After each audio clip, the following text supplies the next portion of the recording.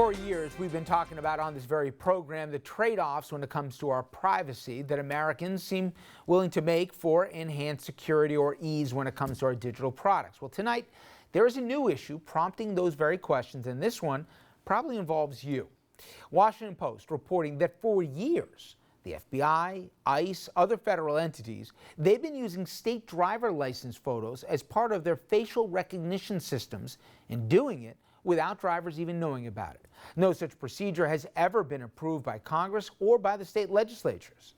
Now, the report says the FBI has logged more than 390,000 facial recognition searches of databases. And not only did the public not know about it, the searches, they were done without the use of any warrants. In most cases, the feds simply emailed local contacts to get them. It is similar to the process used to get access to DNA. But DNA comes primarily from people arrested and charged with crimes. In this new case, the feds, they've had access to a much wider pool. These databases contain more than 641 million face photos. Doug, we've gone around in this rodeo a few times here, but I know it doesn't surprise you, but does it concern you? Of course it concerns me. So you have this information that you've given over voluntarily to the government for a purpose that you thought was one thing, and now it's turning into something else.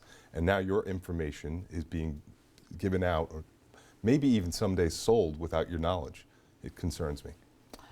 And Mayo, again, they're accessing this data not through, forget about any legal channels. You didn't do anything wrong to get your driver's license. You passed all the state requirements necessary to obtain that piece of identification. And now for that to be used surreptitiously against you, it drives me crazy, but I think we're in the minority here. Well, also imagine, that you are interested in running for office and your opponent has facial recognition and is able to have images of you doing a variety of different things, being different places. And all of a sudden this stuff just surfaces and it's taken out of context and it's used against you.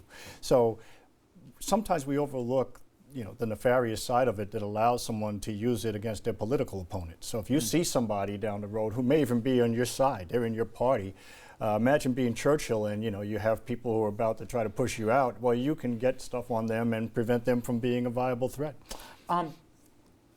Did Congress not handle this because they didn't understand it? I remember when, for example, Mark Zuckerberg testified, it was clear that they weren't equipped to ask the right digital questions. Or is it that they just said, it doesn't matter?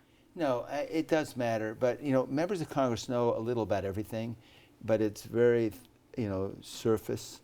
And then when you're in the committee of Cognizant, hopefully you've done your homework and you know a lot more on those areas. For me, I just don't know. I understand the DNA. And we've solved a number of cases, that have been 30 years old, and all of a sudden, this person who's thought he got away with it is now finding that he's being prosecuted. That doesn't bother me.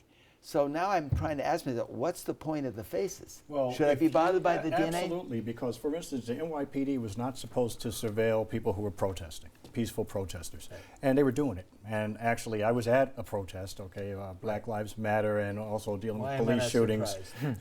And you could see the police up in the balcony in Grand Central taking photos of people, and we took photos of them.